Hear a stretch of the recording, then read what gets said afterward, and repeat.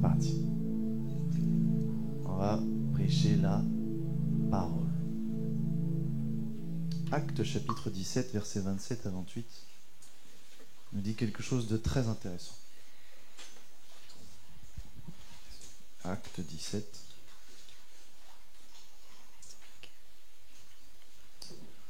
J'aime le livre des Actes. Et vous devriez l'aimer aussi. Est-ce que vous savez que le livre des Actes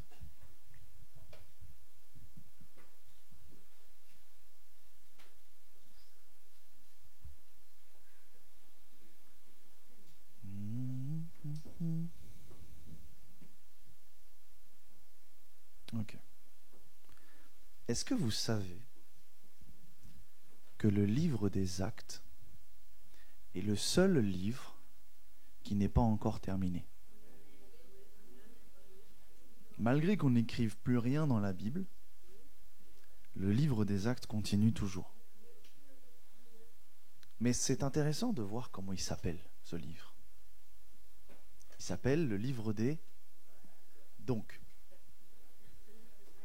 il faut agir, faire des actes, savoir faire des choses, entreprendre, faire tout simplement. Mettre un acte en place, c'est agir, n'est-ce pas? Et c'est le seul livre qui n'est pas encore clôturé.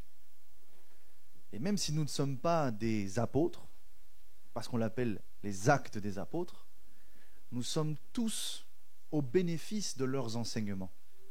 C'est pourquoi la parole de Dieu est constituée des épîtres et des actes des apôtres, dans le sens où il y a les 4 évangiles, puis la majorité du Nouveau Testament. Nous savons que l'apôtre Paul en a écrit une grande partie. Moi, je crois, et attention à ce que je vais dire, que tous les apôtres ont des écrits. Maintenant, je pense que beaucoup des écrits des apôtres ont été perdus. Beaucoup. Si. Parce que les livres apocryphes sont diaboliques. Eh si. Parce que, justement, l'homme a voulu donner une légitimité à la parole de Dieu lorsqu'elle a été constituée. Et il y a eu énormément de falsifications. Énormément d'écrits qui ont été ajoutés, apportés, cherchant à prétendre à une lignée d'apôtres et d'écritures qui viendraient justement de tous les disciples.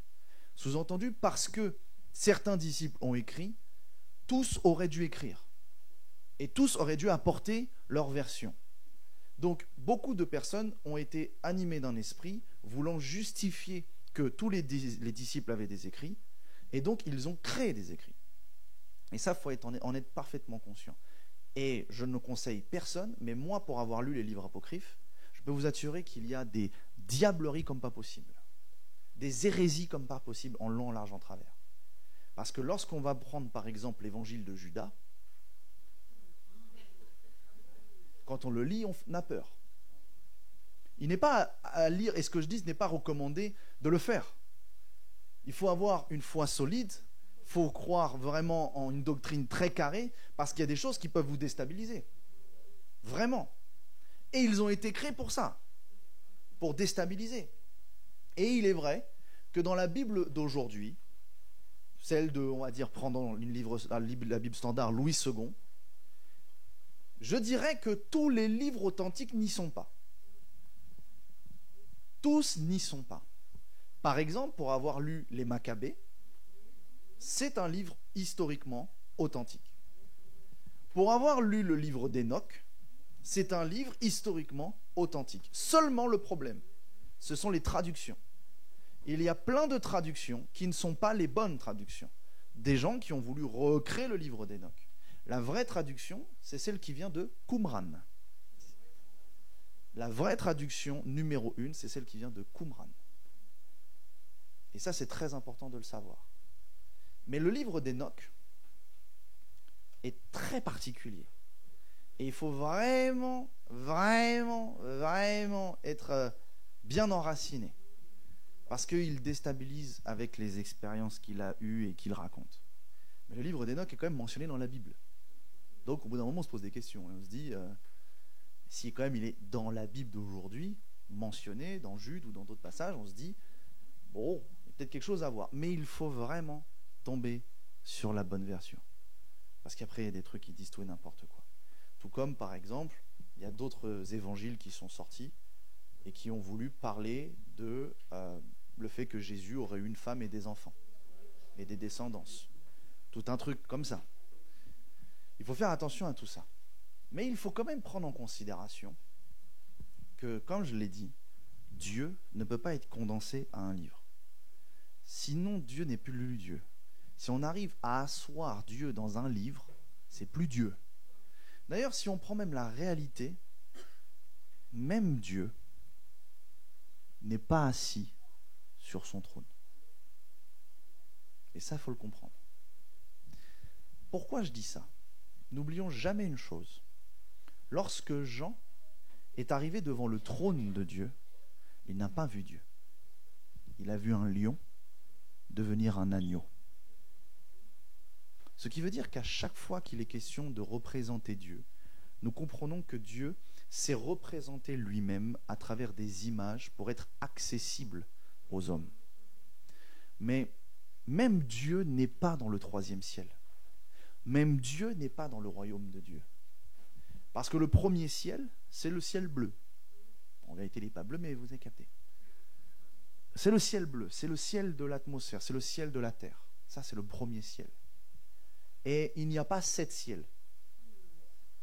Il n'y en a que 3. Et dans les 3, par contre, il y a des sous-couches qui fait qu'on pourrait potentiellement arriver à 7. Mais officiellement, il n'y en a que 3. La parole de Dieu, elle est claire. Je ne sais si ce n'est au 2e ou au 3e ciel. Donc, le 2e ciel, c'est l'univers. C'est la galaxie, c'est tout. Mais jusqu'au bout. C'est pas la Voie lactée. C'est pas la Voie lactée, c'est juste nous avec notre système solaire. C'est jusqu'au bout. C'est jusqu'à ce que même l'homme aujourd'hui ne peut même pas encore aller voir. Parce que même la plus vieille sonde, qui s'appelle Explorer 1, je crois, qui est partie en 1970, un truc dans le genre, pas très loin, 77, ça j'aime, c'était dans les années 70, vous avez compris. Même elle vient peut-être potentiellement d'arriver à peine au bout de notre Voie lactée. Et en plus, on nous dit qu'elle va bientôt être capoute et qu'elle ne pourra pas aller voir plus loin. Et même la distance, au bout d'un moment, envoyer des signaux à cette distance, ça devient compliqué. Donc, en vérité, sommes-nous réellement capables de savoir ce qu'il y a à 10 années-lumière, 20 années-lumière, 30 années-lumière, des distances qu'on ne compte même plus en kilomètres, mais en années par rapport à la vitesse de la lumière. Je ne sais pas si vous vous rendez compte. C'est énorme.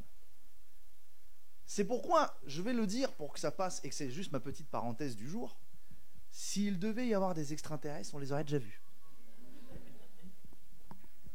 Mais même hormis ça, imaginez, dans un plus grand des mystères, qu'on n'aurait pas compris, qui soit à une distance qu'on ne pourrait même pas atteindre. Dans tous les cas, à cause de la distance, on ne pourrait pas communiquer avec eux. Et ils ne pourraient pas communiquer avec nous. C'est techniquement, scientifiquement impossible. Donc tout ce qu'on va nous raconter sur les ovnis, les trucs, etc., c'est du bullshit. C'est du fake. C'est du mytho. C'est une manipulation, une supercherie humaine. Et ça, il faut en être conscient. Parce que si vous étudiez vraiment avec les vrais scientifiques, ceux qui parlent vraiment des distances et qui savent les choses, je peux vous assurer que tous sont unanimes. Même s'ils existaient, on ne pourrait pas communiquer avec eux à cause des distances. Des distances dans l'espace qui sont vraiment très très grandes. Mais on a quand même réussi, avec certains télescopes, à aller voir des choses qui sont au-delà de notre Voie lactée. Et même en cherchant partout, ils n'ont rien trouvé en termes d'espèces vivantes. Donc, s'ils étaient même encore plus loin, dans tous les cas, on ne pourrait pas communiquer avec eux. Imaginez que nous, avec nos télescopes, nous voyons quelque chose qui se situe à 20 années-lumière. 20 années-lumière. Ça veut dire que toi, au moment où tu le vois, il y a déjà 20 années-lumière qui sont passées là-bas. Donc ça veut dire que lorsque tu t'imagines que notre image, parce que c'est comme ça que ça fonctionne, l'image de ce que l'on capte part à une vitesse qui est la lumière. Si même quelqu'un qui se situait à 20 années-lumière de nous recevait l'image de ce qu'est la Terre, il verrait les dinosaures. Il ne nous verrait pas encore nous, à cause des distances. Je ne sais pas si vous vous rendez compte. C'est assez technique. Et le cerveau, des fois, il se dit « Oh, j'ai du mal à capter le truc. » Mais les distances sont réelles dans l'espace. Et ces distances-là ne sont pas compressées comme elles sont sur Terre. C'est-à-dire que nous, on est trop conscients de notre présent. Mais dès que tu pars dans l'espace, il y a une distance. Et cette distance est parcourue par une vitesse dans un temps. Et donc ça, ce sont les choses que l'on connaît sur Terre, mais vu qu'on regarde les choses sur Terre, on a l'impression que les choses vont vite et que le présent est pareil partout. Non. Déjà, juste sur Mars, tu mets un chrono sur Mars, tu mets un chrono sur Terre, le temps n'est plus le même. À cause de la gravité. Ce qu'on appelle la distorsion temporelle. C'est-à-dire qu'en gros, les masses, qui sont les terres, les lunes, les trucs, tout ce que nous composons, tout ce qui est composé de planètes, a une masse. Et j'avais beaucoup aimé l'image de, en gros, on mettait la masse de quelque chose sur un grand drap, donc ça fait que le poids, le drap, converge, et bien la gravité fonctionne de la même chose. C'est-à-dire qu'après, lorsqu'on lance une bille, et que nous voyons, entre guillemets, le système solaire tourner autour, nous voyons qu'à bout d'un moment, les choses vont vers le point de gravité. Donc, ce grand étendu-là, qui est à la fois l'espace, montre aussi qu'il y a une courbe, qu'on appelle la courbe du temps, une distorsion du temps à cause de la masse dans l'espace. On fait de la science cet après-midi. Ok ? Après la biologie, on passe à l'étude spatiale, à l'aérospatiale, tout ce que vous voulez. Donc, cette masse-là fait que le temps est différent. Le temps est différent sur Terre que sur Mars parce que la masse de la Terre et la masse de Mars ne sont pas les mêmes. Et donc, imaginez juste ça à notre échelle du système solaire. Maintenant, imaginez-le à un niveau galactique, où carrément on parle de galaxies, où il y a des milliards et des milliards d'étoiles. Ça nous dépasse. Ça nous dépasse complètement. Comment Dieu a créé ces lois dans le spatial pour que juste nous, sur notre petit caillou, nous puissions avoir la vie. Parce que c'est là où les scientifiques ils commencent à tous avoir un bug. Ils arrivent tous à cette conclusion. Il y a trop de perfection dans l'espace et dans la création du système pour que ça soit juste un truc qui s'est créé sur un boom. Un boom. Boum, et puis ça part dans tous les sens, et puis ça se fait nickel. Ils se disent, il y a un truc bizarre. Même pire, il y a un scientifique qui a démontré quelque chose qui a mis tous les autres scientifiques la langue tordue jusqu'en bas. Il a montré que l'univers, logique, ne peut pas être infini. Parce qu'aujourd'hui, la théorie qu'on nous dit, c'est que l'univers est infini. En gros, il a un infini de fin, il a eu un infini de commencement, même si on dit que voilà, il y a eu un démarrage, avant ça, il y avait d'autres choses, etc., etc. Il parle de l'infini. Le truc, c'est qu'il dit qu'on ne peut jamais tendre vers l'infini. Quand on prend les chiffres, vous ne pouvez pas. C'est-à-dire, imaginez que l'infini est une ligne droite. Si tu prends, toi, tes chiffres, tu pourras jamais, jamais, jamais arriver au chiffre de l'infini. Donc, s'il n'y a pas d'infini dans le futur, il ne peut pas y avoir d'infini dans le passé. Donc, il y a forcément un commencement, il y a forcément une fin. Donc, s'il y a un commencement, loi par excellence de toute loi de l'univers, loi de causalité, cause à effet, ça veut dire que s'il y a un commencement, il y a quelque chose qui a fait que ça a commencé. Et ils sont en train de tous constater aussi que ça va se terminer. Parce qu'au final, même l'univers qui est en extension n'est pas infini. Et que la vitesse d'accélération qu'il y a eu au début est en train aussi de ralentir. Et donc, ça veut dire que tout le système qui a été créé perd de son mode de fonctionnement. Et ce qui est fort avec tout ça, et c'est incroyable, c'est que tout est dépendant de l'autre. Et moi, c'est ça qui me choque le plus. Ça veut dire qu'aujourd'hui, la planète Terre existe parce que c'est parfait ce qu'elle fait. Sa rotation sur elle-même, c'est parfait. Son angle d'inclinaison, c'est parfait. Autour du Soleil, c'est parfait. Tout est parfait. Mais ce qui est fort, c'est que la Terre, si la masse du Soleil est très forte en attraction, logiquement, elle devrait s'approcher du Soleil jusqu'à s'écraser dessus. Mais il y a une autre loi qui rentre en compte, plus que celle de la gravité, c'est celle de la... Ah les gars... Ah. Il y a la loi de la relativité, mais il y a surtout aussi une loi qu'on appelle la force centrifuge. Et cette force-là, elle est liée à cause de la vitesse à laquelle la Terre tourne autour du Soleil. Elle tourne extrêmement vite, en vérité. Parce que nous, on se dit, ouais, elle a tourné autour du Soleil en 1 an. On se dit, 1 an, c'est long. Mais dans l'espace, 1 an, c'est rapide. La vitesse de la lumière fait 7 fois le tour de la Terre en 1 seconde. 7 fois. 1 seconde. Ça va vite 1 an dans l'espace. Et donc, pourquoi elle ne va pas vers le Soleil? À cause de la vitesse à laquelle elle va. Ce qui fait que sa vitesse, dans la force centrifuge, la garde toujours dans un rapport de force où elle est poussée vers l'extérieur malgré la gravité qui l'attire. Mais ce qui est encore plus fort, c'est que toutes les autres planètes qui exercent aussi une gravité ont une influence sur les unes des autres. Donc tout est équilibré à la perfection. 1 degré de moins, plus rien n'existerait. Et ça, c'est dans l'infiniment grand. L'infiniment grand. Mais la galaxie de notre Voie lactée, elle dépend aussi de celle d'à côté.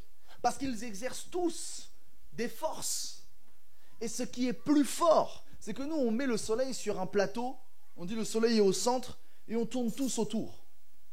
Mais alors du coup, comment Élie a pu arrêter la course du Soleil? Même Josué, je crois. Comment ils ont pu arrêter la course du Soleil?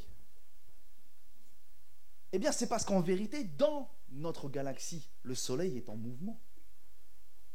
En fait, le système que nous avons, qu'on appelle le système solaire, c'est tout un système qui, lui, bouge autour d'un grand trou noir qui est au milieu de notre galaxie. Donc, le Soleil est en mouvement. Et en fait, il faudrait voir le plateau inversé, c'est-à-dire le Soleil va dans ce sens et toutes les planètes tournent autour comme ça, en avançant. Le Soleil se déplace et toutes les planètes tournent autour comme ça. Et le Soleil tourne dans la galaxie. Donc quand on dit qu'il a arrêté la course du Soleil, il est chaud, le gars. Il est chaud. Il est très chaud. Parce que là, c'est même pas juste arrêter la rotation de la Terre. D'ailleurs, c'est pas possible. Vous saviez que les lois font que si la Terre s'arrête net, on va tous être propulsés. Je crois que c'est à plus de 780 km/h. Comme ça. Il y aura des vents, c'est la destruction. Il y aura des tsunamis qui vont recouvrir tous les continents. Ça ne peut pas s'arrêter. Il y a une vitesse, il y a des lois. Essaye avec ta voiture de t'arrêter net. Tu vas finir dans le pare-brise. Parce qu'il y a des forces qui te font bouger. Donc il y a des lois dans le système. Et c'est ça qui est incroyable, c'est que comment il a pu arrêter la course de quelque chose? Vous imaginez ce qu'il a dû mettre en arrêt? C'est incroyable. Bref, c'est une parenthèse. Grosse parenthèse. Pour définir à quel point tout est parfait. Et ça m'explique, ça me permet d'expliquer quelque chose. Là, j'ai parlé de l'infiniment grand. Mais il y a la même chose dans l'infiniment petit. C'est-à-dire que là, juste autour de nous, là, si je fais ça, il y a plein de trucs qui sont partis que vous ne voyez même pas. Il y a plein là, juste ici, là. Il y a plein de trucs qu'on ne voit même pas à l'œil nu. Regardez même la nature, juste autour de vous. Regardez la nature, regardez comment Dieu a créé les choses avec un état de perfection comme jamais ça peut être vu nulle part ailleurs. C'est incroyable. Tu regardes une feuille, juste la feuille, comment elle est composée. C'est un truc énorme. Tu regardes l'herbe, tu regardes tout, n'importe quoi. Ça, ce sont encore les choses que tu vois à l'œil. Mais imagine qu'il y a des trucs que tu ne vois même pas. des bactéries, des micro-trucs, organismes, etc., qui sont essentiels à la vie. Essentiels. C'est-à-dire que tout est fait pour que nous puissions exister. Tout. Tu retires un truc et l'humanité n'existe pas. Il n'y aurait pas les arbres, il n'y aurait pas d'oxygène, il n'y aurait pas de trucs. Il y a tellement de paramètres dans la création, dans la nature, pour nous montrer l'incroyable immensité de la puissance de Dieu. Et des fois, je pense qu'il est bon de savoir s'arrêter et de regarder ce qu'il y a autour de nous, de regarder ces réalités qui sont juste sous nos yeux, qui peuvent des fois nous faire nous sentir très, très bizarres devant cette immensité de la puissance de Dieu. L'infiniment petit, l'infiniment grand. Et toi, tu es au milieu. Et tu es aussi fragile que ça. Tu es si fragile. Demain, pour X raison, il t'arrive un truc. Ça n'arrivera pas au nom de Jésus, mais pour X raison, il arrive quelque chose. Tu es fragile en vérité. Tu es fragile. Et nous, on est là avec notre orgueil de on est au sommet de la chaîne alimentaire, mais en vérité, l'éléphant, il te met un coup de latte. T'as volé à 300 mètres. C'est juste que n'oublions jamais une chose. La création a été soumise à l'homme. C'est pourquoi aujourd'hui, nous, en tant qu'espèce humaine, nous prenons l'ascendant sur la création. Mais en vérité, on est inférieur dans la création. N'importe quel lion, si t'es pas David, hein, il te découpe net.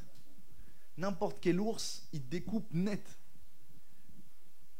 Même si, allez, on va prendre des trucs un peu plus simples. 4 frelons t'attaquent. Tu peux tout ça. Un serpent, il te mord. Non, mais vous voyez à quel point, en vérité, on est là, on se pense fort, mais en vérité, on est très faible. Hein, très faible.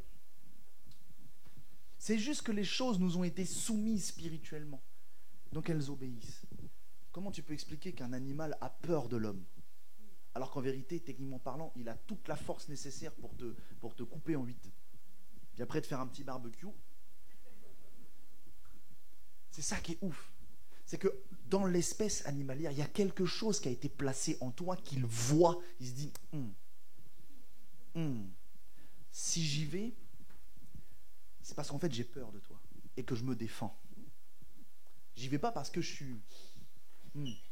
Parce qu'en vérité, l'animal a peur de l'homme à cause de la marque qui a été posée en l'homme comme étant l'esprit supérieur. Tout ça pour dire quelque chose d'incroyable. L'infiniment grand, l'infiniment petit.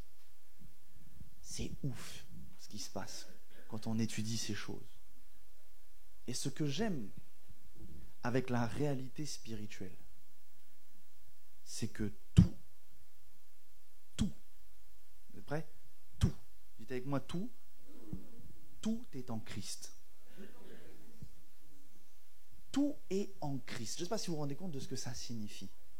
La parole de Dieu le dit clairement, que tout a été réconcilié, créé par Christ, pour Christ, en Christ. Il a réconcilié et celles qui sont dans les cieux et celles qui sont dans la terre, afin de subsister par lui. Tout est en lui. C'est pourquoi Christ, j'en parlais je ne sais plus quel jour, Christ n'est pas juste une personne, Christ est un environnement. Car tout est en Christ. Donc Christ, c'est une zone. Christ, c'est pas juste Jésus-Christ. Christ, c'est pas le nom de famille de Jésus. Monsieur Christ ? Non. C'est pas son nom de famille. Il était identifié comme le Christ, comme étant celui qui devait être crucifié. Mais le Christ veut dire aussi le oint. Et donc, oint sur quoi ? Oint sur la création. Mais pas la création de la terre. Car au commencement, Dieu créa les cieux et la terre. Ça veut dire que c'est l'ensemble des cieux. Les cieux, c'est l'ensemble des cieux. C'est le premier ciel, c'est le deuxième ciel et c'est le troisième ciel, qu'on appelle principalement, entre guillemets, le royaume de Dieu. Et dans ces 3 cieux, il y a un monde qui n'est pas physique, qui est spirituel. Le monde spirituel. Le monde spirituel n'est pas que dans le troisième ciel. Le monde spirituel n'est pas que dans le troisième ciel. Le monde spirituel est dans les trois cieux. Parce que sinon, la Bible ne nous dirait pas, par exemple, qu'il y a des esprits méchants dans les lieux célestes. Sinon, la Bible ne nous dirait pas que Satan et ses démons ont été chassés du troisième ciel au premier abord dans le deuxième ciel. Puis, lorsque Jésus est arrivé, qu'il a dit « J'ai vu Satan chuter comme un éclair », c'est là qu'il a quitté le deuxième ciel pour arriver sur terre. Donc ça nous explique que le monde spirituel n'est pas lié au troisième ciel. Le monde spirituel est dans les trois cieux. Sur terre, dans l'univers, et bien évidemment dans ce qu'on appelle le royaume de Dieu. Et ce monde spirituel-là, nous y avons accès dans les trois cieux par l'esprit. Car nous sommes des êtres spirituels à cause de notre esprit. Comment tu peux être présent là? Et la Bible te dira également que nous sommes assis dans les lieux célestes. T'es assis où là? T'es assis au Chérotte? Alors comment tu peux être assis dans les lieux célestes? Eh bien c'est parce que ton esprit a un accès qui n'est pas que l'accès qu'il y a actuellement dans ton corps ou assis sur ta chaise. Tu as accès aux lieux célestes. Mais en vérité, ce n'est pas toi qui es assis.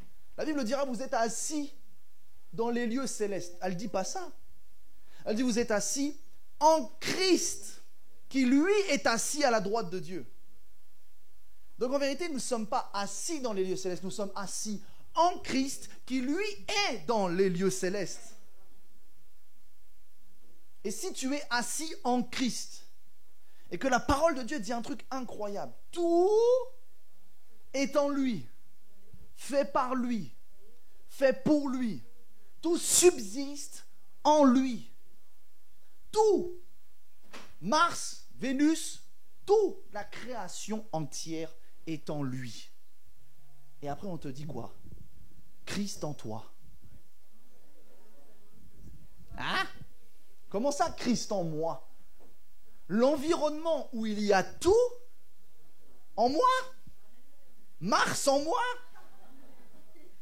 Vénus en moi? Le soleil en moi? Mais c'est pas possible, je comprends pas. Explique-nous.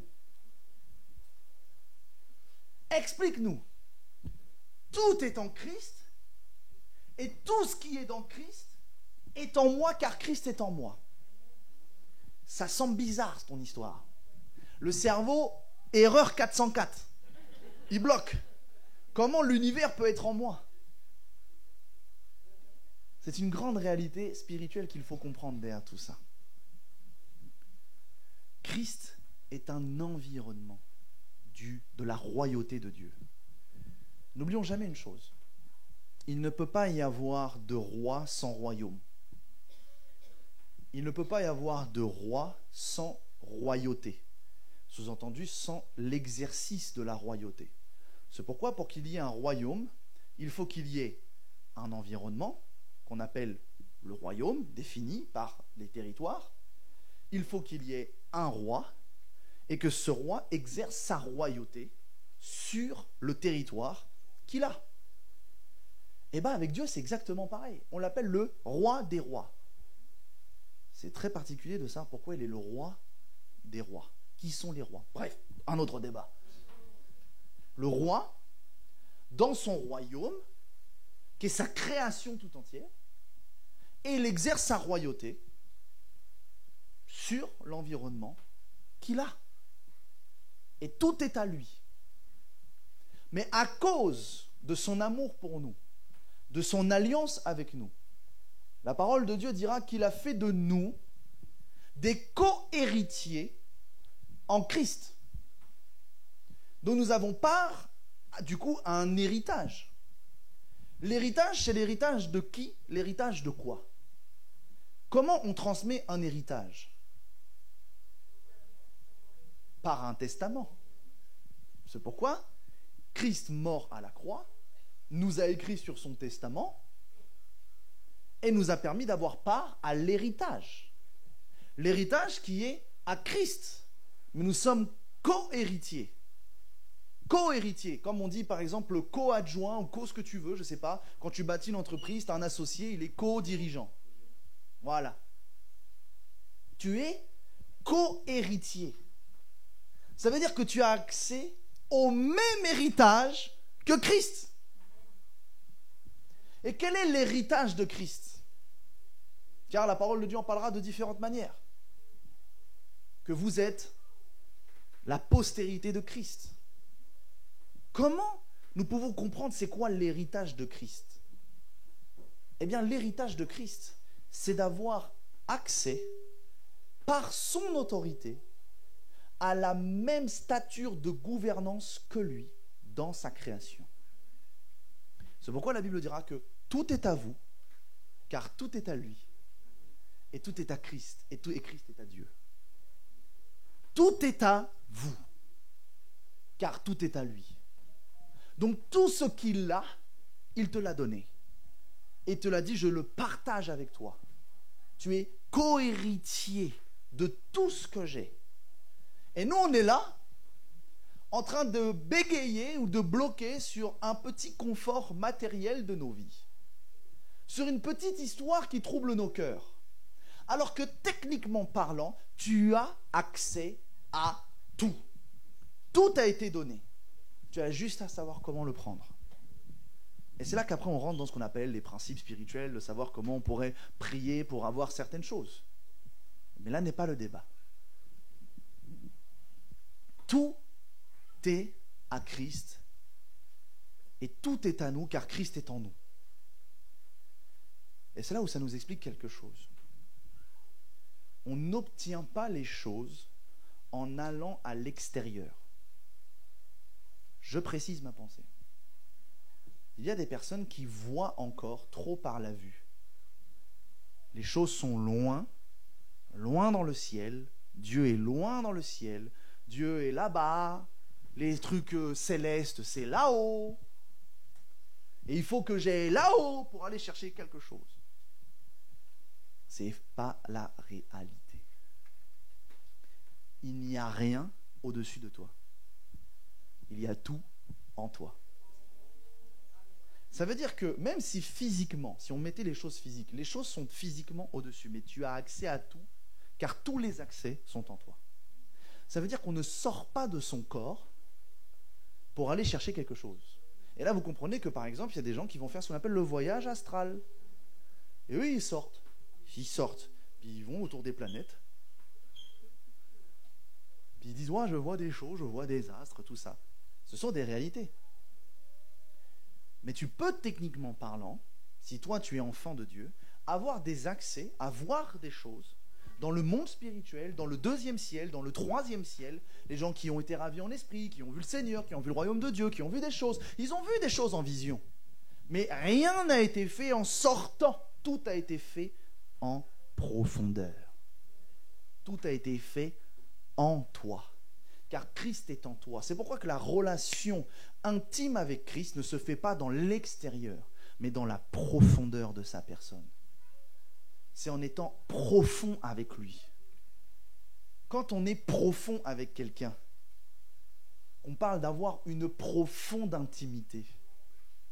C'est justement que on arrive à connaître la personne non plus seulement en surface, mais on la connaît de l'intérieur. Je sais qui elle est au fond d'elle. C'est exactement pareil avec Christ. On ne va pas chercher Dieu en pensant qu'il est là-bas. On va chercher Dieu en comprenant que là-bas, c'est là. Et que tout doit être cherché en moi, dans mon esprit, là où il y a le Saint-Esprit qui sonde tout, même le cœur de Dieu. Et j'ai accès à tout à cause de Christ en moi. Et donc je peux vivre des expériences surnaturelles énormes sans avoir besoin de pratiquer l'occultisme et de sortir de mon corps. J'ai juste besoin du Saint-Esprit. Et le Saint-Esprit en moi peut me faire vivre des expériences surnaturelles incroyables. Tu peux avoir une vision, tu peux voir des choses, tu peux commencer à voyager au-dessus d'un pays, d'un continent, sans sortir de ton corps, juste par l'esprit en toi qui sait tout, qui voit tout, qui connaît tout. Je vais vous donner encore plus d'exemples. Imagine, tu pries. Tu pries et tu es concentré. Et d'un seul coup, tu vis l'expérience. Tu as l'impression de monter au-dessus de ta maison, puis d'arriver dans le ciel, et puis de vous déplacer au-dessus de la France. Tout ça peut être fait sans avoir besoin de sortir de son corps. Tout ça peut être fait juste parce que tu es intime avec le Saint-Esprit et que dans le Saint-Esprit, il y a tout. Il y a tout. Il y a tout en Christ. Donc tu as la même expérience en voyant tout, en ayant accès à tout par Christ en toi. Et donc ça nous amène à comprendre quelque chose d'extrêmement important, d'extrêmement puissant. C'est que tu peux vivre dans le monde spirituel grâce au Saint-Esprit en toi. Tu peux avoir les accès, tout ce que tu veux. Comprendre que les lieux célestes, en vérité, ça passe par le Saint-Esprit en toi, qui lui a tout et qui voit tout. Ça veut dire quoi? Ça veut dire que lorsque Dieu te permet, par exemple, de vivre le genre d'expérience que je viens de te dire, eh bien, en fait, c'est le Saint-Esprit qui te permet et qui dépose sur toi un peu de son omniprésence. Parce que lui est présent partout. Donc, à travers lui, il peut te permettre de vivre un degré de son omniprésence et te retrouver dans un endroit en esprit. Je sais que c'est technique, mais on va y aller. Lorsque tu as la parole de connaissance sur la vie des personnes et tu commences à savoir des choses sur la vie des gens, Dieu, en fait, qu'est-ce qu'il fait? Il dépose un peu de son omniscience. Il te permet d'avoir ce que Dieu dit. Moi, je vous connais. Moi, je ne vous connais pas. Mais lui, il vous connaît. Et donc, moi, en relation avec lui, me permet, à travers lui, de vous connaître. Et c'est ce qu'on appelle la parole de connaissance. Donc, c'est un peu de son omniscience. Et lorsque Dieu me permet de faire un miracle, c'est qu'il dépose sur moi un peu de son omnipotence. Parce que c'est lui qui le fait. Mais il dépose sur moi un peu de son omnipotence pour faire la manifestation de la puissance.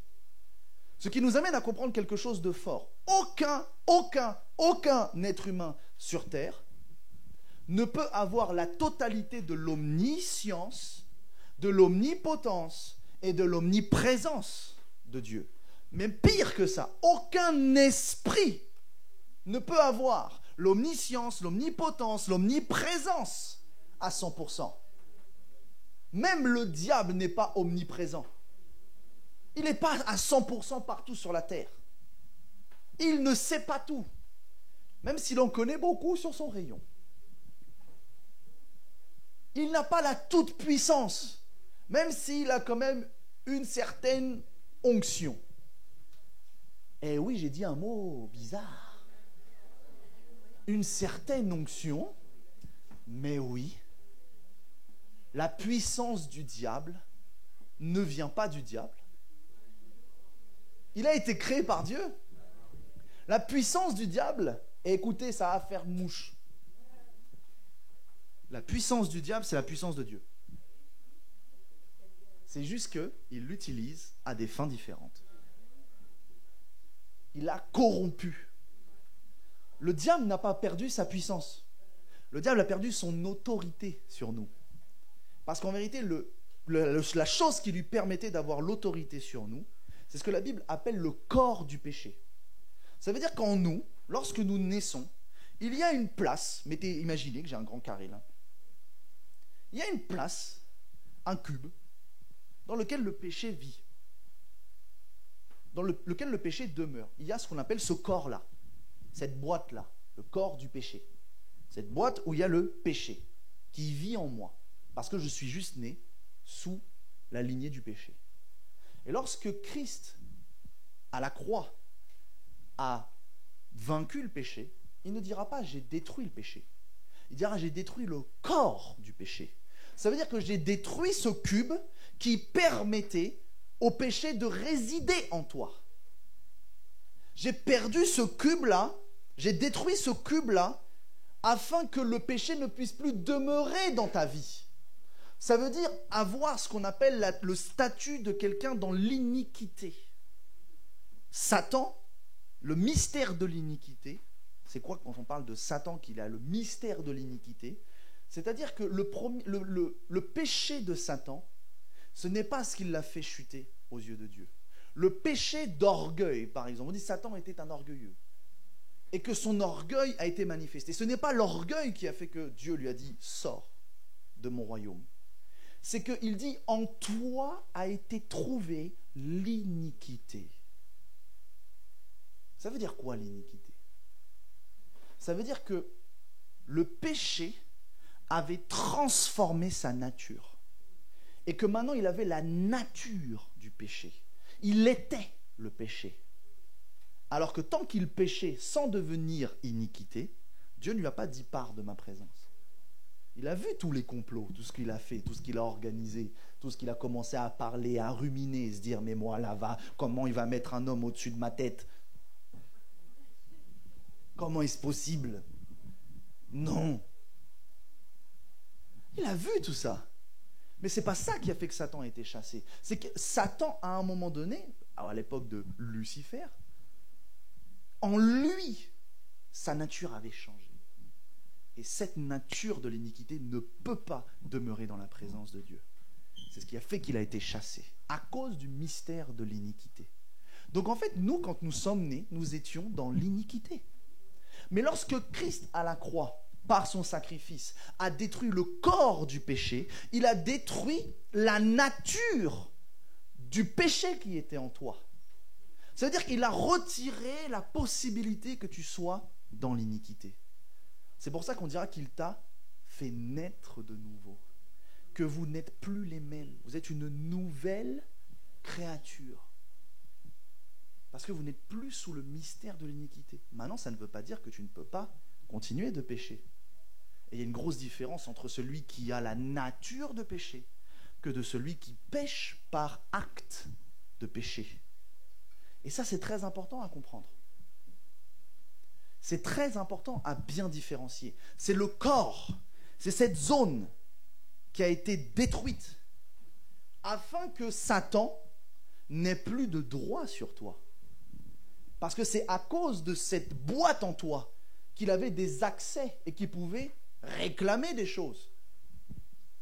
Mais une fois que le corps du péché a été détruit, en vérité, ce que Dieu a fait, il lui a dit, mon gars, tu n'as plus autorité sur personne ici. La seule maintenant autorité que tu vas avoir, c'est celle que ceux que j'ai délivrés vont te donner.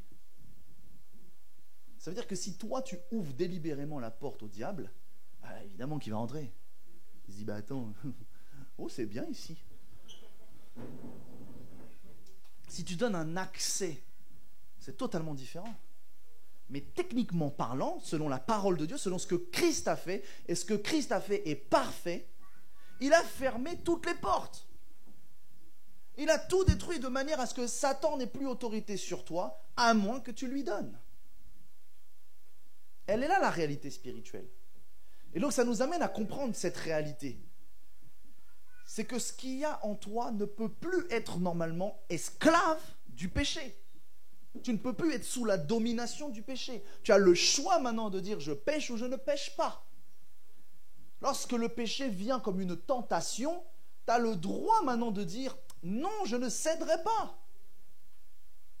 Et si tu cèdes, c'est ton choix. Elle est là la réalité derrière. Ce qui nous amène à vraiment comprendre que être en Christ, c'est tellement plus que tout ce qu'on nous amène à croire sur cette terre ou dans nos évangiles limités. C'est tellement plus que ça. C'est des accès plus larges, plus grands avec Dieu, des choses encore plus possibles que juste parler de sanctification, d'amour du prochain et du pardon. Et tout ça, c'est essentiel. Mais n'oubliez jamais ce que Christ a dit. Il a dit, celui qui vient par moi, il passe par la porte. Je suis la porte. Mais la porte à quoi? La porte au reste. La porte à lorsque tu passes par Jésus-Christ, tu rentres dans la sphère du royaume de Dieu, où il y a bien plus que juste prêcher sur la sanctification, parce que c'est par la sanctification que justement t'empruntes la porte. Sous-entendu, la sanctification, c'est la base. Ça ne doit pas être le but. La Bible dira que nous sommes sanctifiés, purifiés, justifiés par son sang. Tu es déclaré saint et juste. Donc tu es saint. Maintenant, tu dois garder ton état de sainteté. C'est différent que de chercher à croire que tu vas l'obtenir. Tu ne peux pas obtenir la sainteté. Tu es saint, maintenant tu dois la garder. La nuance, elle est là. Tu dois veiller à ton âme. Tu dois veiller sur ton corps. Tu dois veiller sur ton esprit afin de pouvoir rester saint et paraître irrépréhensible devant Dieu. C'est ça que la Bible nous enseigne. Ce n'est pas de chercher par nos efforts, par nos forces, à atteindre une stature de sainteté. Non, c'est par la parole et par l'esprit de rester dans l'état de sainteté que Dieu t'a donné à la croix. Et tout ce que tu peux voir faire après est tellement plus large une fois que tu as passé la porte. Tu as accès au royaume de Dieu. Tu as accès à son héritage. Tu as accès à tout est possible à celui qui croit. Tu as accès à je peux tout par celui qui me force. Je peux tout. J'ai accès à tout. Je peux avoir des accès même dans le monde spirituel, voir des choses, expérimenter des choses, aller dans les lieux célestes. Waouh, le gars, il a l'air mystique quand il dit ça. Mais c'est parce que vous n'êtes pas assez éveillé aux réalités qui vous entourent. Vous n'êtes pas que des corps physiques positionnés au chérotes. Vous n'êtes pas que des corps charnels, vous êtes des esprits dans un corps. Mais même le corps n'est pas fermé à la spiritualité. Parce que la preuve, c'est que si votre corps était fermé, vous n'aurez pas de sens. Si ton corps était fermé à l'expérience, tu n'aurais pas de sens. Tu ne verrais rien, tu n'entendrais rien, tu ne sentirais rien, tu ne mangerais rien, tu toucherais rien. Tu serais un bout de bois, quoi. Non, mais c'est vrai. Et encore, même le bout de bois, il sent. Ah, mais tu serais je sais pas, tu serais une bûche. Tu serais un poteau. Tu sens rien, tu vois rien, il n'y a rien. Donc, si même ton corps a la possibilité de recevoir des choses qui viennent de l'extérieur, regardez l'image que vous avez là. Regardez ma beauté. Elle vient de l'extérieur. Je suis là et mon image vient à vos yeux. Et après, vos yeux, ça rentre en vous. Et l'image, elle est en vous. Ma voix, elle vient jusqu'à ton oreille. C'est de l'extérieur que ça vient.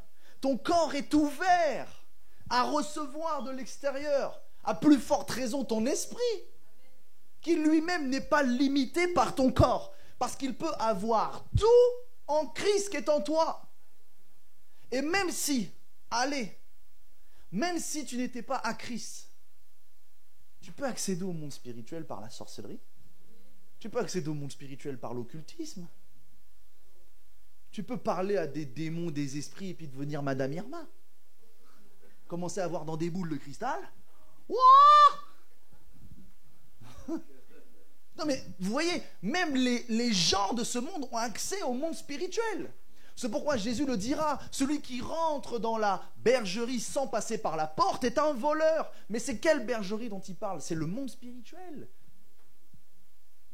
C'est l'accès aux choses du royaume de Dieu. Et là, je vais en choquer encore plus d'un. Le royaume de Dieu, c'est pas juste le côté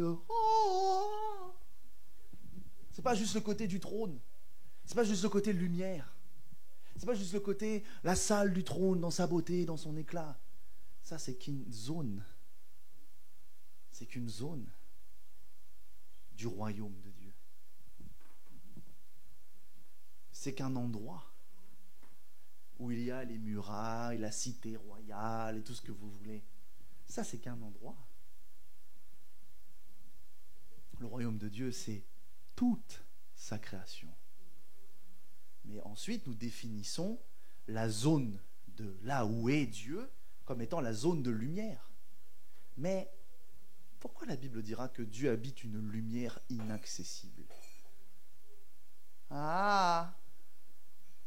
Et donc on revient à ma phrase du début. Même Dieu n'est pas dans le troisième ciel. Parce qu'il l'a créé. Dieu au commencement créa les cieux. 1, 2, 3. Donc il est en dehors. C'est comme si j'ai créé cette tablette et je suis en dehors de la tablette. Mais maintenant je peux agir dans la tablette. C'est ce que Dieu fait. Il est en dehors de toute sa création. Même la zone du royaume de Dieu, la zone du monde spirituel, la zone où on dira le grand trône blanc. N'oublions jamais que celui qui va être au centre même de la Jérusalem céleste, c'est Dieu. Mais Dieu par qui? Par Christ. Et n'oublions jamais qui est Christ. Christ est Dieu, oui. Mais Christ, c'est la parole de Dieu. Ça veut dire que lorsque même on verra Christ, on verra Dieu. Et en vérité, nous verrons sa parole. Sous-entendu, et ça fait mal de le dire, c'est parce que les cerveaux religieux, ils bloquent. Erreur 408. C'est que même lorsque nous serons avec Dieu, nous ne serons pas pleinement, vraiment avec Dieu. Parce que Dieu ne peut pas s'asseoir sur un trône qu'il a créé. Sinon, c'est plus Dieu. Vous êtes prêts? Ça passe ou ça passe pas? Tu ne peux pas mettre l'immensité infinie de Dieu assis sur un trône qu'il a créé. Sinon, c'est plus Dieu. C'est Christ qui sera assis sur le trône. Mais Christ, c'est Dieu. Mais Christ, c'est sa parole. Ça veut dire que même Dieu, quand il sera avec nous à travers sa parole dans le royaume de Dieu, il sera encore dehors sa création. Hey. Là, le cerveau, il a... Parce que c'est Dieu. Dieu illimité. Infini. Tu ne peux pas condenser l'infini. Tu ne peux pas mettre une limite à ce qui est infini. Tu ne peux pas mettre une barrière. Tu ne peux pas mettre Dieu dans le troisième ciel. Il a créé le troisième ciel. Et tout ça est en toi.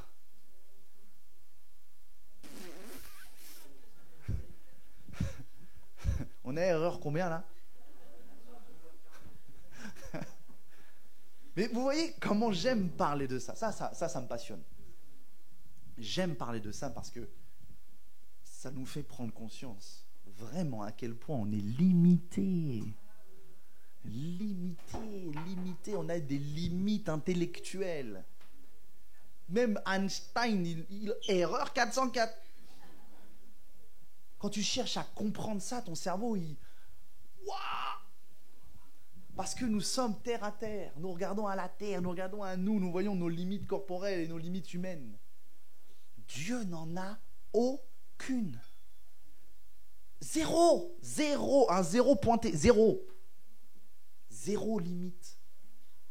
Il peut tout. Et le mot tout n'est pas limité. C'est pas tout, mais c'est tout. Et Dieu est en dehors de tout ça. Je ne sais pas si vous arrivez maintenant, c'est chaud à assimiler, hein, mais c'est la réalité. Et tout ça est en nous. Tout ça est en nous. Et je vous ai donné un verset qu'on va lire maintenant. J'ai fait une grosse parenthèse. Acte 17, verset 26. Il a fait que tous les hommes sortis d'un seul sang habitassent sur toute la surface de la terre, ayant déterminé la durée des temps et les bornes de leur demeure. Déjà, tous d'un seul sang. Hein. Il y aurait tellement de choses à dire. Tous d'un seul sang. On sort tous d'un seul sang. Tous d'un seul sang. Le sang de qui? Hein? Le sang de qui? Merci. Le sang d'Adam, hein, et Ève. Et ouais. Pour avoir le sang de la lignée, tu n'as besoin que d'un parent. C'est la réalité. Jésus a été toute la postérité d'Abraham, fils de David, alors que pourtant il n'est pas né de Joseph. Il suffit que d'un parent pour avoir la lignée. Parce que dans les gènes, même si à un moment donné, en tant qu'être humain, tu vas faire tes affaires avec une autre famille, d'un sang différent, ton sang mélangé à la personne, l'enfant, il y aura toujours le sang de la personne qui avait cette gène-là. Donc on peut remonter jusqu'à Adam avec toute l'humanité, sans aucun problème. La seule chose qu'il faut bien expliquer... Non, je ne vais pas faire cette parenthèse, elle va nous faire perdre du temps pour rien. C'est juste qu'effectivement, au début... Voilà. Allez, au début, c'était des nordistes. Allez. Là où je veux en venir. Il a fait que tous les hommes sortis d'un seul sang habitassent sur la surface de la terre, ayant déterminé la durée des temps et les bornes de leur demeure. Il a voulu qui ça? Les hommes, cherchassent le Seigneur et qu'ils s'efforçassent. On se dit bien s'efforçassent, c'est vraiment ça. Hein. Ça doit être un truc passe présent, futur, simple, de impératif, subjonctif, conditionnel, impératif du Seigneur.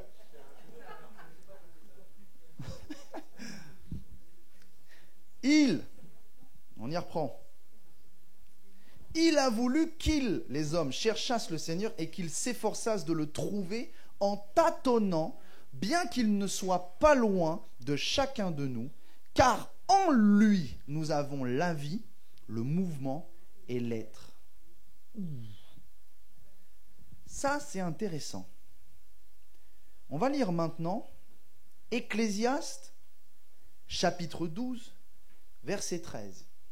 Ça dépend de la version. Ça dépend de la version.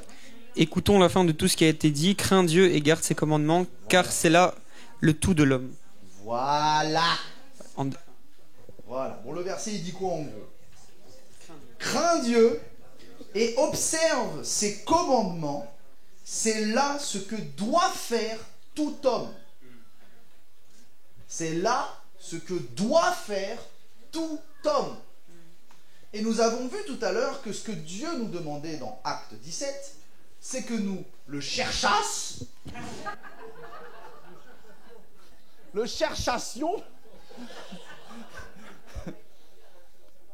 qu'on le trouvassions, qu'on le trouvasse, ok? C'est de le chercher. Ce que Dieu veut et ce que Dieu a fait, c'est que nous le cherchions. C'est que nous puissions le trouver. Intéressant. Et là, il nous dit que ce qu'il nous est demandé, c'est de craindre Dieu, d'observer ses commandements. C'est là ce que doit faire tout homme. Donc ce que l'on doit faire, si on l'assimile maintenant aux deux, nous comprenons que chercher Dieu viendrait aussi à obéir à tous ses commandements. Faites ça, obéissez aux commandements et craignez Dieu. Et Dieu te dit que ce que tu dois faire, ce qu'il veut que l'homme fasse, c'est qu'il me cherche. Sous-entendu, me chercher, c'est faire mes commandements. On va aller un peu plus loin encore.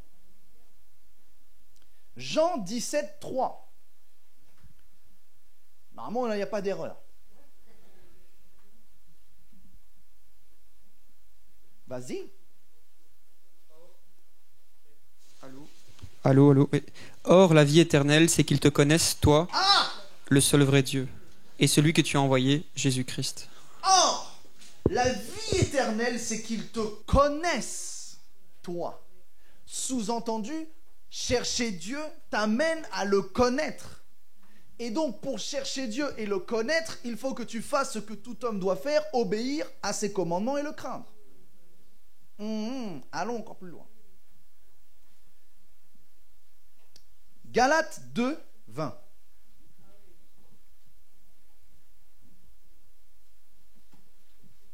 J'ai été crucifié avec Christ, et si je vis, ce n'est plus moi qui vis, c'est Christ qui vit en moi. Ah! J'ai été crucifié avec Christ. Ah bon? Montre-moi les marques. J'ai été crucifié avec Christ.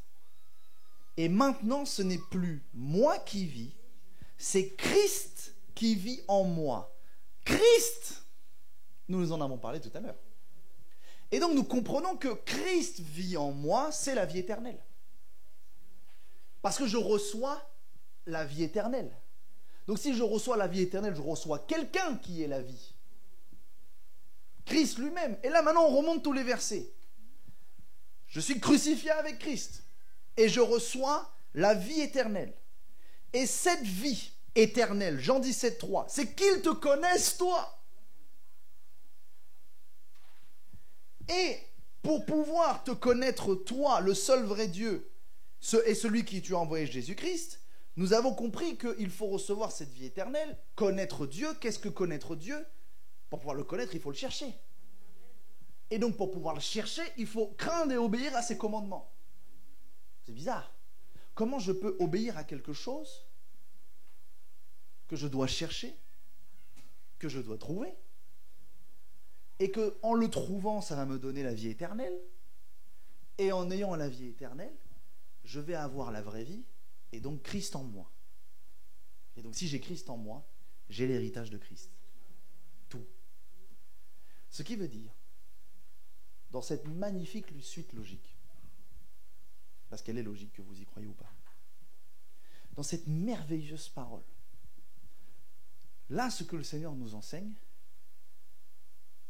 c'est le sens de ton existence.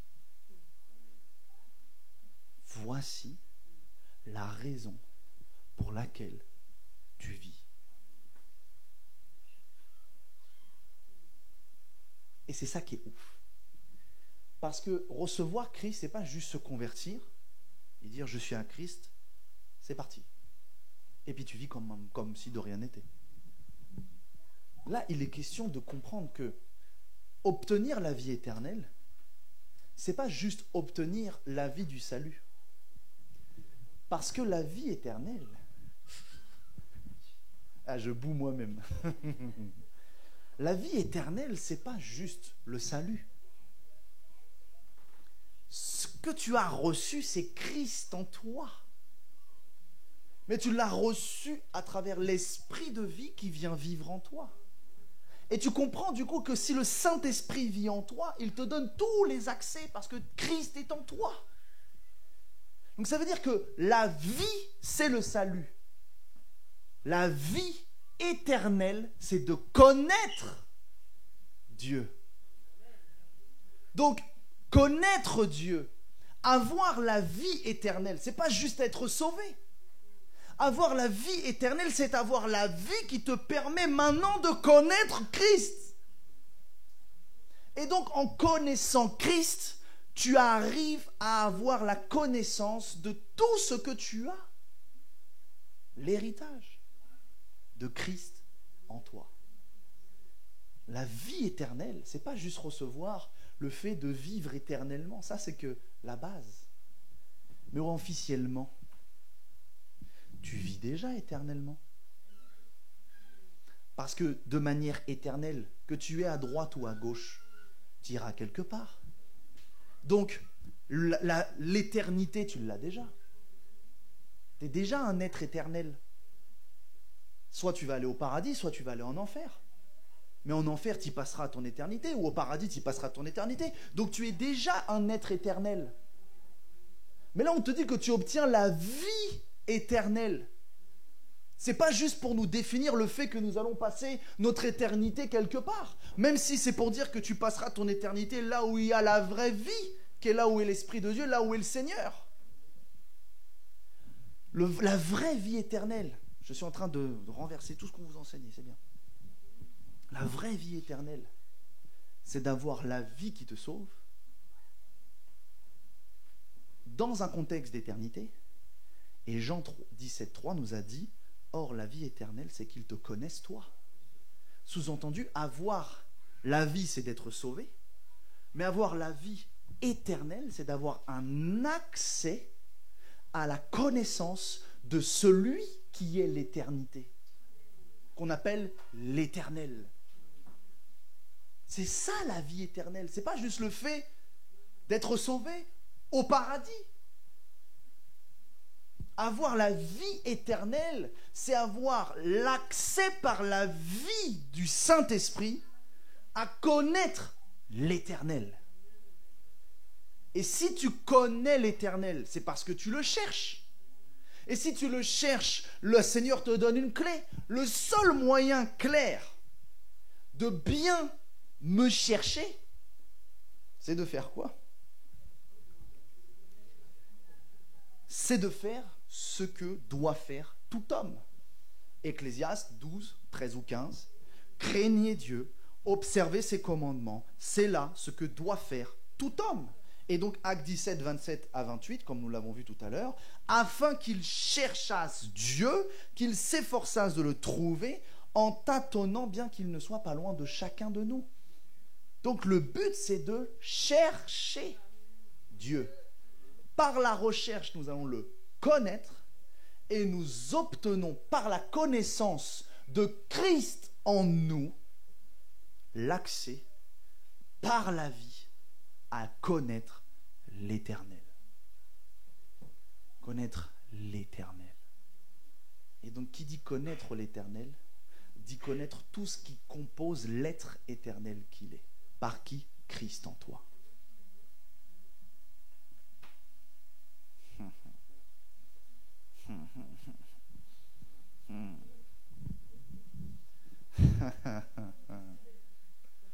Hey. Elle est technique, mais elle est bien quand même. Hein?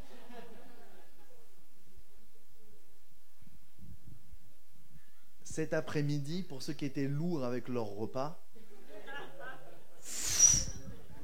les yeux ils se croisent. Hein? Les yeux ils se croisent bien. Hein? Ça sera disponible sur YouTube. Hein? Vous pourrez aller revoir. Hein? Parce que là, je sens que c'est... Hein? Vous pourrez aller reconsulter la vidéo. Parce que ça, c'est comme le radar. Je sens que ça percute, puis ça revient à moi. Je dis, mince, c'est pas rentré. Attends, je renvoie. Bah, ça rentre pas encore, mince. Je suis en train de jouer au ping-pong tout seul contre un mur. Non. Vous avez compris? Vous avez compris? Vous vous rendez compte? Mais est-ce que vous vous rendez compte? Et j'ai envie de crier. Est-ce que vous vous rendez compte à quel point connaître Dieu, c'est tellement plus que ce qu'on nous dit dans nos églises. Sanctifie-toi, aime ton prochain, sois dans la paix, chasse les démons, prie, jeûne, lis ta Bible. C'est plus que ça. Ça, en fait, c'est genre, c'est le socle de ta base. C'est la fondation de ta maison. Mais tu dois bâtir ta maison sur le roc. C'est ça le roc. Ça, c'est le quotidien d'un chrétien.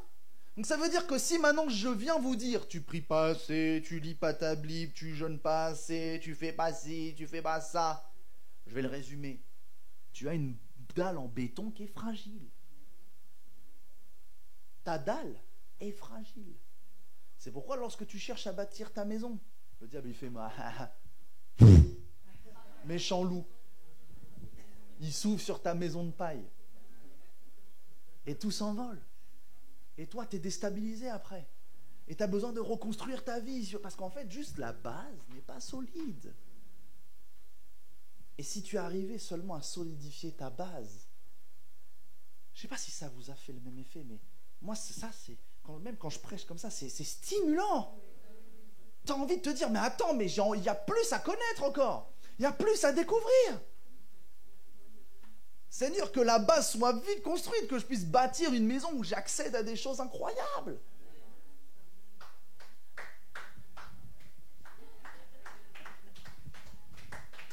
Plus encore. Ouah!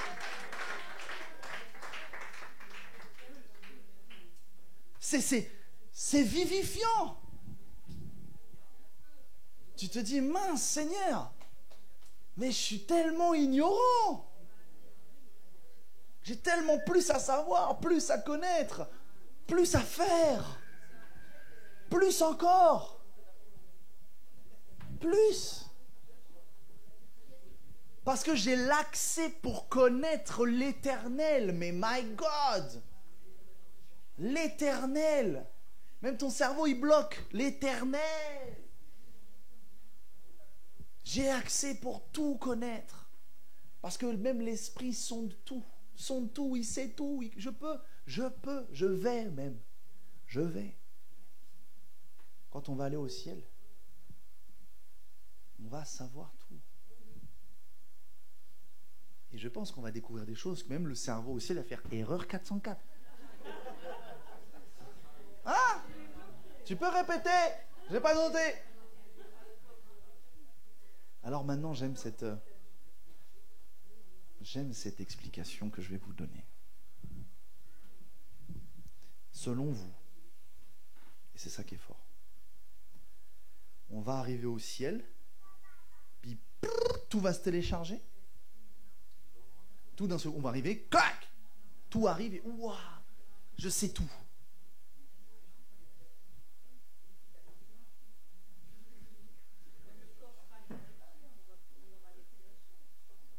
Non, c'est faux. Ah oui, madame.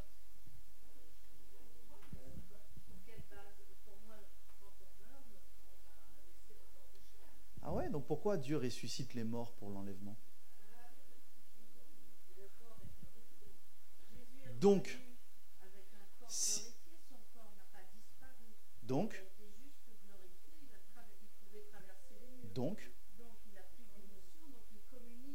plus d'émotion, c'est faux. Mais donc, ce que vous avez dit juste avant est faux. On aura toujours nos corps. Mais on aura toujours notre corps de chair. Il sera glorifié.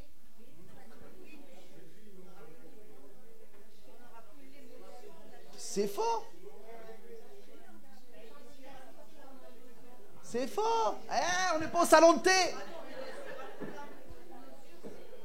Chut. Mais non. La Bible dit, vous allez revêtir l'incorruptibilité.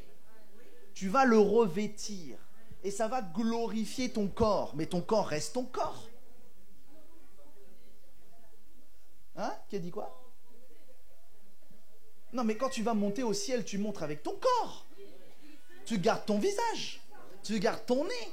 Bon, tu auras une bonne vue, tu gardes pas tes lunettes. Mais tu gardes ton corps. De quoi? Mais parce que c'est à cause de la gloire. C'est pas à cause de son, de son corps physique. C'est à cause de la gloire environnante. Et c'est un voile, c'est différent. C'est un voile. Lorsque même il s'est présenté parmi ses disciples, tous l'ont vu, ils ont dit Rabbi. Au début, ils ne le reconnaissent pas, mais à cause de la gloire. Et en vérité, si on identifie la raison de pourquoi ils ne l'ont pas reconnu, c'est parce qu'ils doutaient de sa résurrection. C'est pour ça qu'ils ne l'ont pas reconnu. Ils ont douté. Ils se disaient, non. Même Pierre est parti repêcher.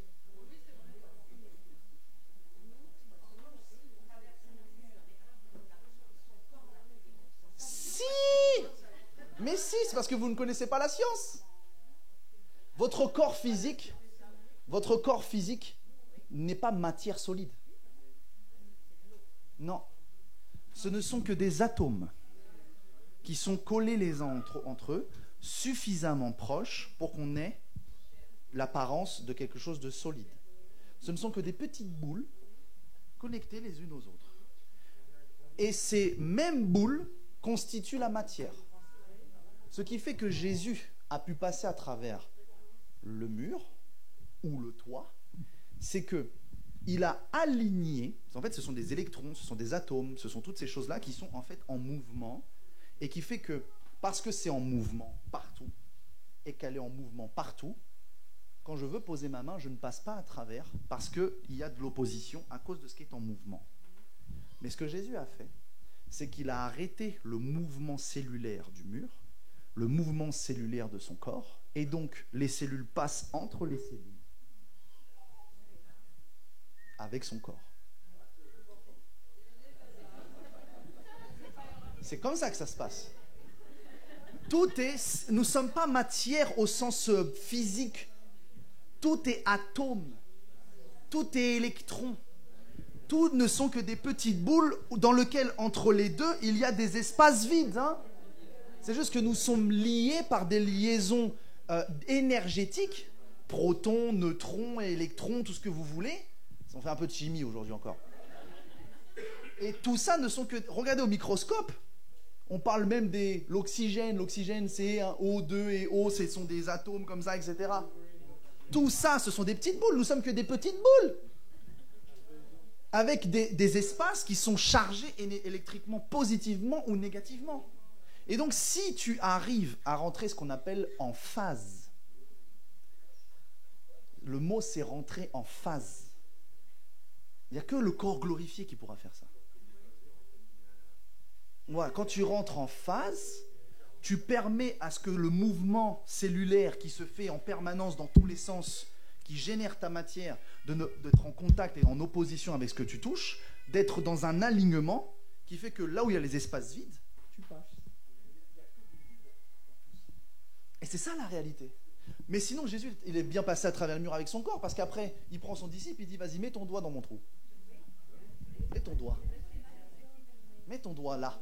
Vas-y, mets ton doigt, touche. Il mange le poisson, il fait le feu. On était en physique, chimie, je sais. C'est pour ça que, vous voyez, c'est pour ça que j'aime la science. La science n'a jamais contredit Dieu. La science permet de justifier et d'expliquer en fait tout ce que Dieu a créé.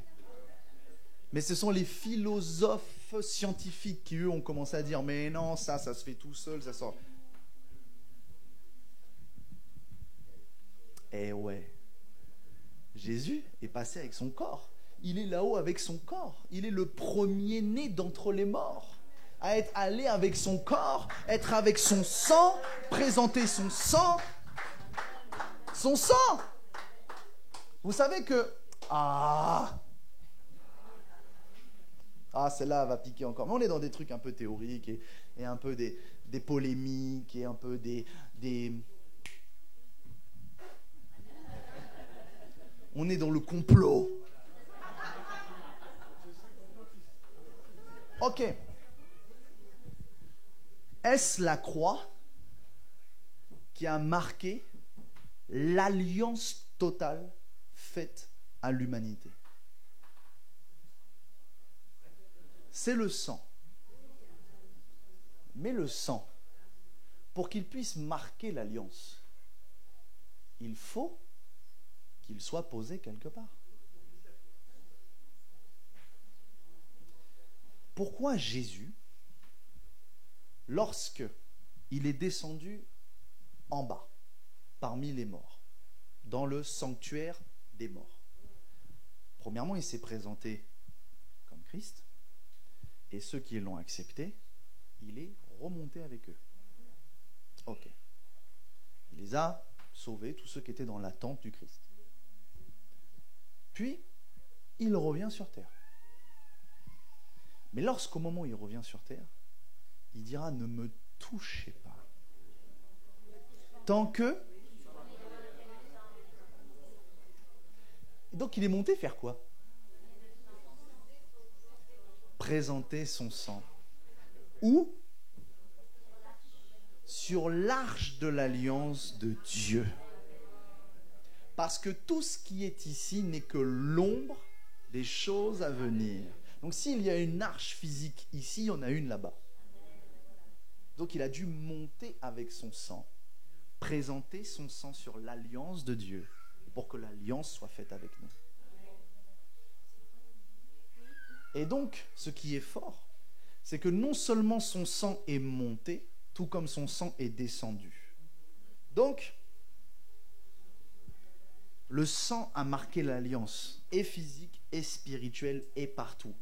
afin que le verset s'accomplisse, qu'il réconcilia tout ce qui est dans les cieux et tout ce qui est sur la terre. C'est pour ça qu'il est monté aussi, pour présenter son sang dans les cieux et son sang sur la terre. Et même son sang est allé sous la terre, afin qu'au nom de Jésus, tout ce qui est dans les cieux, tout ce qui est sur la terre, tout ce qui est sous la terre, tout ce qui est dans la mer soit soumis à Jésus-Christ. Ah là là là là, Dieu a fait des choses incroyables. Dieu a fait des choses incroyables. Et ça, tout ça, c'est la porte d'entrée. Bienvenue dans le royaume de Dieu, où il y a des mystères, des accès, des possibilités qui dépassent ta chair. Tu peux voir des anges, tu peux voir le royaume de Dieu. Ça rejoint, parenthèse, ça rejoint ce que on nous enseigne dans le livre d'Enoch, disant que un savoir aurait été enseigné aux hommes, alors que ce savoir ne devait pas être communiqué comme cela. Et c'est un savoir qui aurait permis à l'humanité de développer les armes, le feu, les trucs, etc. Et tatati tatata. La chimie, la sorcellerie, les trucs des plantes, et cosmos connectés aux astres et aux esprits, etc., etc. Donc il y a un savoir qui n'est pas le savoir même de la Bible. Et l'apôtre Paul, il nous le dit, je ne peux pas vous enseigner ce que j'ai appris là-bas. Et c'est là que vous comprenez comment cet apôtre-là a pu écrire toutes les révélations qu'il a eues sur le Saint-Esprit, sur le royaume de Dieu, sur Christ lui-même, sans avoir passé du temps avec Jésus physiquement. Dans le fruit de sa communion, il a eu accès à des endroits où la connaissance était accessible pour lui. Voilà.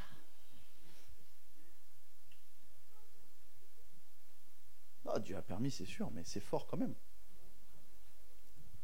J'étais à ça.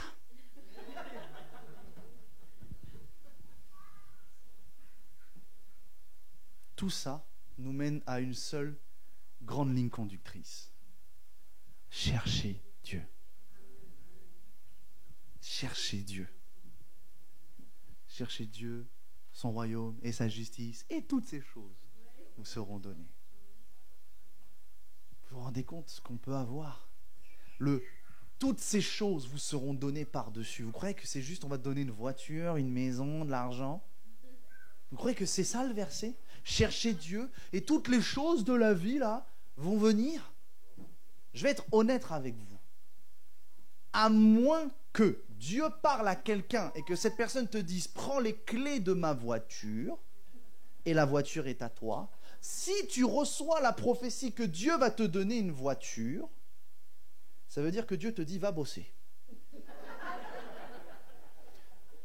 Des fois, Dieu est mystérieux dans sa manière de parler. Il te dit, je vais te bénir, tu vas avoir une belle voiture. Et toi, tu es là en mode, elle va tomber du jour au lendemain devant ma maison, je vais ouvrir et il y aura une voiture blanche. Non, ça se trouve, Dieu te dit, fais tout ce qu'il faut pour avoir la possibilité de t'acheter cette voiture, je te bénis.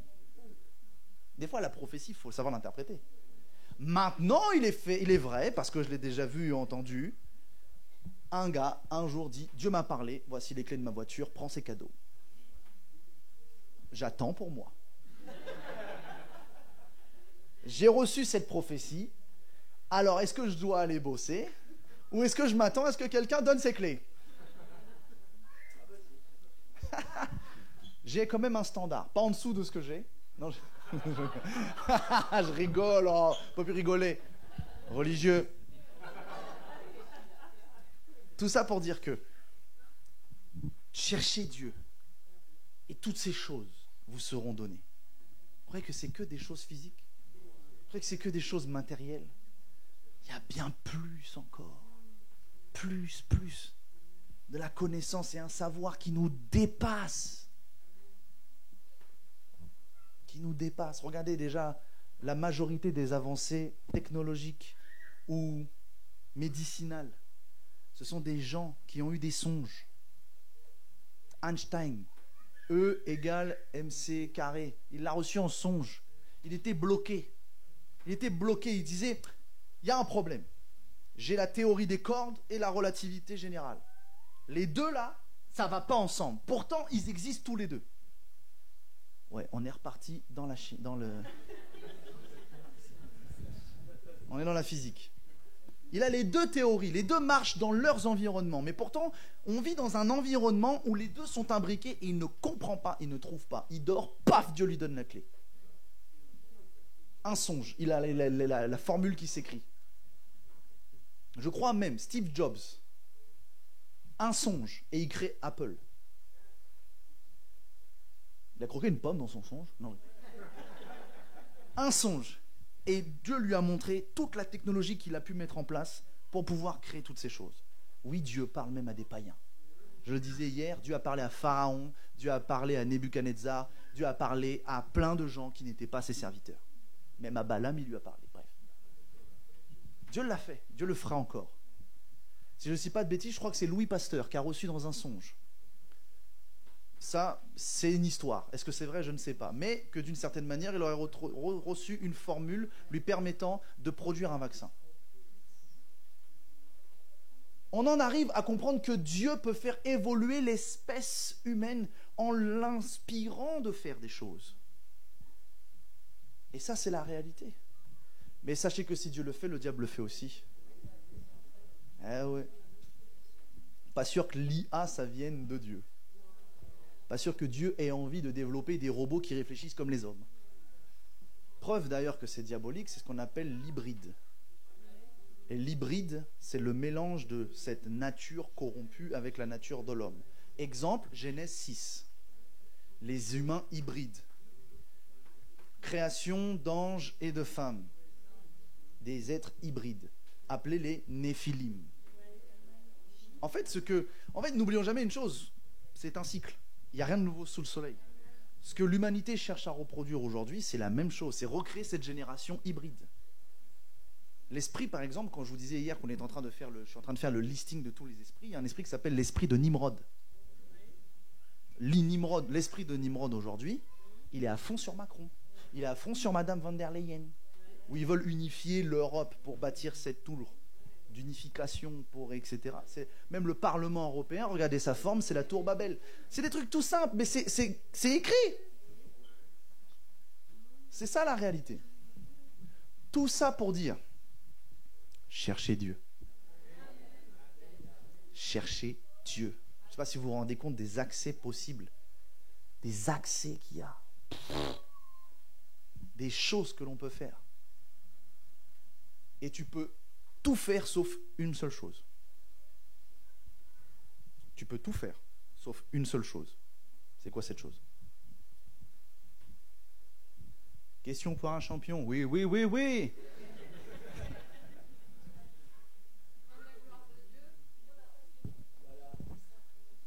Je parle dans le faire. Qu'est-ce que tu peux faire? Et il y a une seule chose que tu ne peux pas faire. Et Jésus a donné la clé.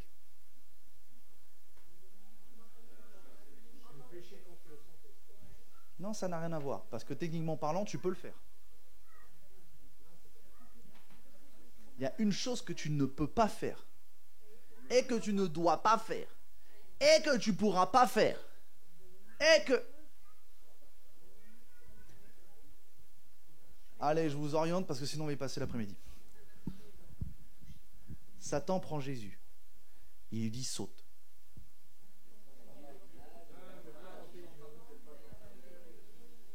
Elle est subtile celle-là. Parce que Dieu te dit tu peux tout.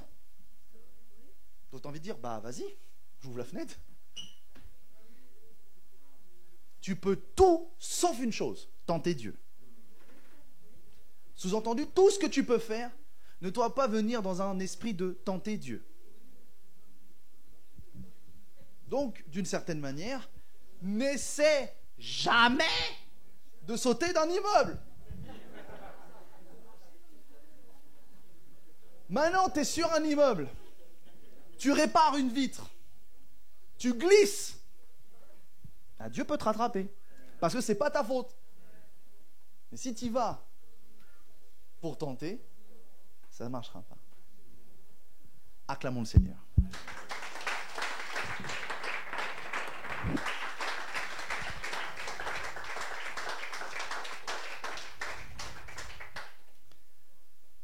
Voilà, allez, bonne soirée. Hein? Qu'est-ce qu'on a besoin de recevoir pour vivre ce plus? Accès à tout ça, accès à ce monde spirituel, accès à tout ça, tout ce que je vous ai motivé à avoir, tout ce que je vous ai motivé à recevoir, toute cette connaissance. Qu'est-ce qu'on doit recevoir?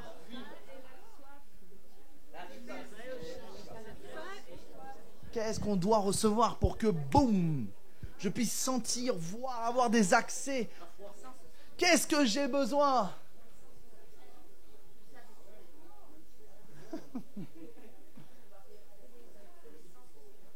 Qu'est-ce que Dieu peut me donner pour que j'ai accès à tout ça?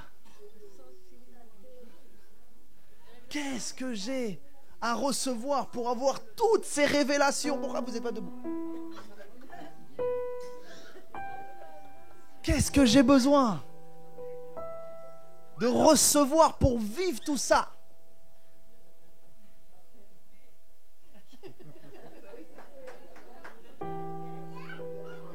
J'ai besoin de quoi?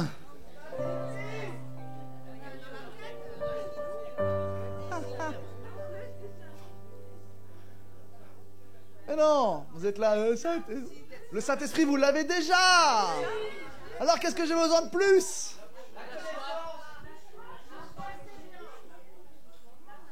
Chanter, ça va venir.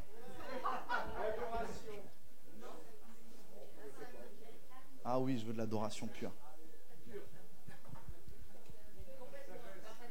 Erreur 404. Qu'est-ce que j'ai besoin, Seigneur?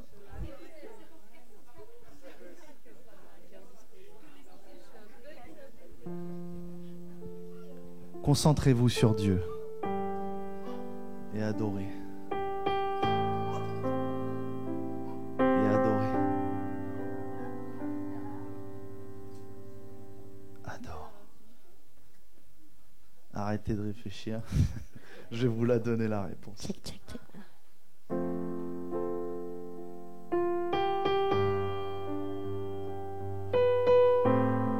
Ce que vous avez besoin, c'est de recevoir. Il y a un homme dans la Bible à qui Dieu a demandé: que veux-tu? Et il lui a dit: l'intelligence et la sagesse. L'intelligence et la sagesse. Et regardez tout ce qu'il a compris derrière, tout ce qu'il a écrit derrière, toutes les expériences qu'il a vécues, de manière à pouvoir dire tout est vanité.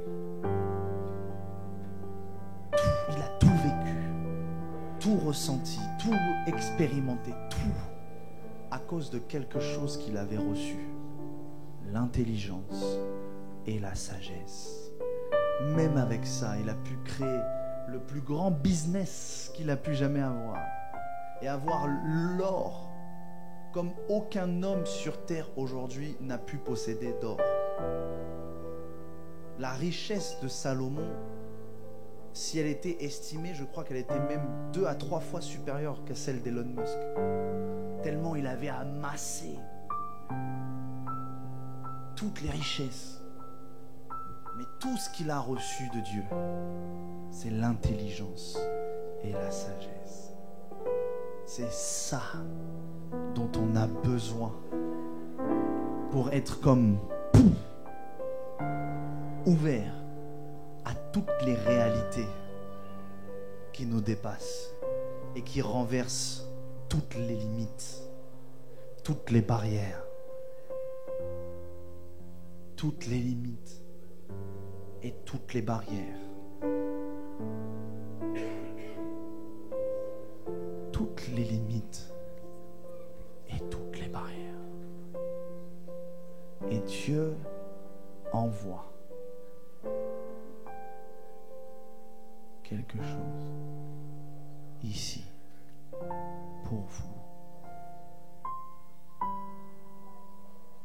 Et son esprit. Fermez les yeux, adorez Dieu, arrêtez de me regarder. Regardez à Jésus. Car son esprit s'est posé sur Salomon. Ce qui fait que nous recevons l'intelligence et la sagesse de Dieu par le Saint-Esprit. C'est pourquoi la Bible dira, si quelqu'un manque de sagesse, qu'il la demande et je lui donnerai. Parce que c'est de ça dont on a besoin pour être ouvert à toute la connaissance et toutes les réalités du royaume de Dieu.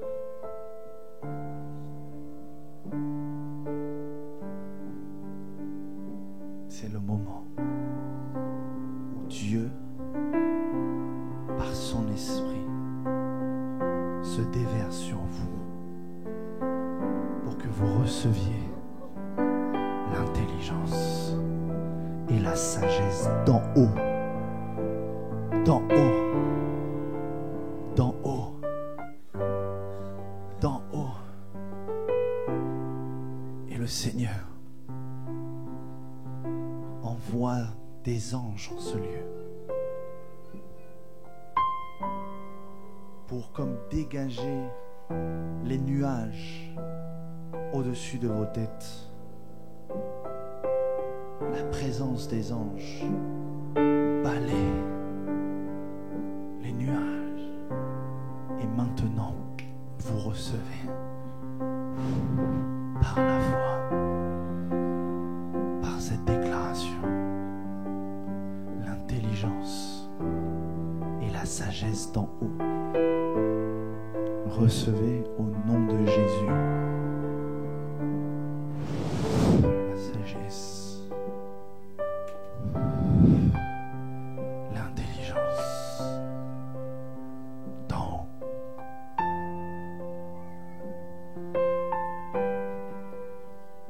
Et vivez l'expérience du royaume de Dieu. Vivez les accès et les possibilités infinies de Dieu en vous.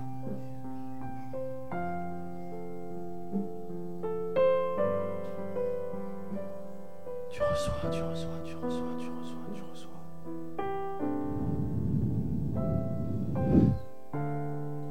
Tu reçois. Tu reçois. Tu reçois. Tu reçois.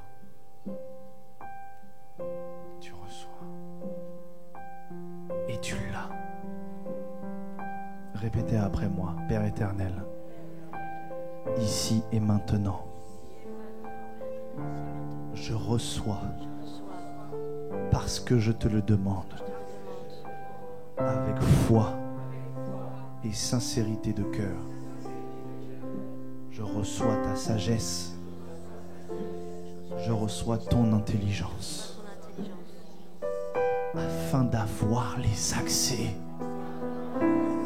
à la connaissance de l'éternel. J'ai la vie éternelle et j'ai accès à l'éternel. Et par ton amour, par ta grâce, par ton esprit, je reçois maintenant dans mon esprit, dans mon âme et sur mon corps ta sagesse, ton intelligence. Je la reçois au nom de ton Fils Jésus-Christ. Je la reçois. Je la reçois. Je la reçois. Par amour. En vérité. Et en esprit. C'est fait. C'est fait. C'est fait. C'est fait. Répète après moi, Seigneur. Je crois. Je ne doute pas. Car j'ai la foi. Et si j'ai la foi, j'ai confiance en toi. Alors je sais avec assurance que j'ai reçu ta sagesse, ton intelligence. Amen. Amen. Amen. Amen. Oh my God. La présence de Dieu est forte ici. La présence de Dieu est forte.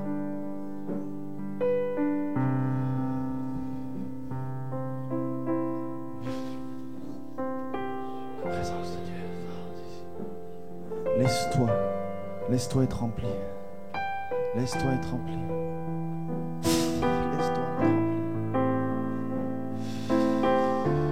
Laisse-toi être rempli.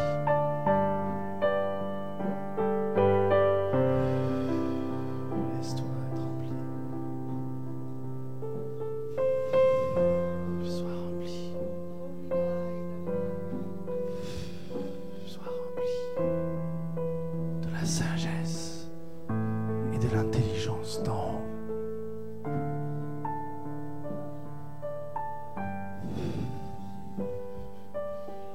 Sois rempli. Sois rempli. Sois rempli.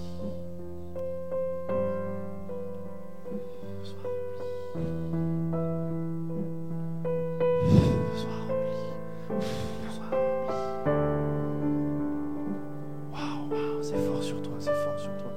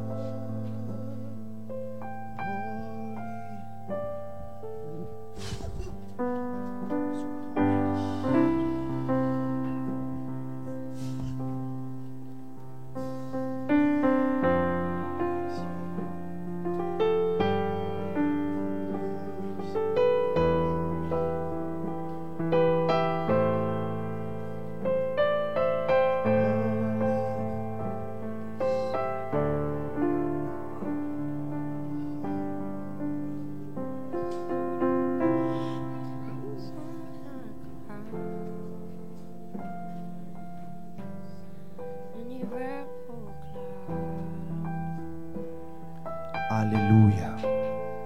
Acclame ton Dieu.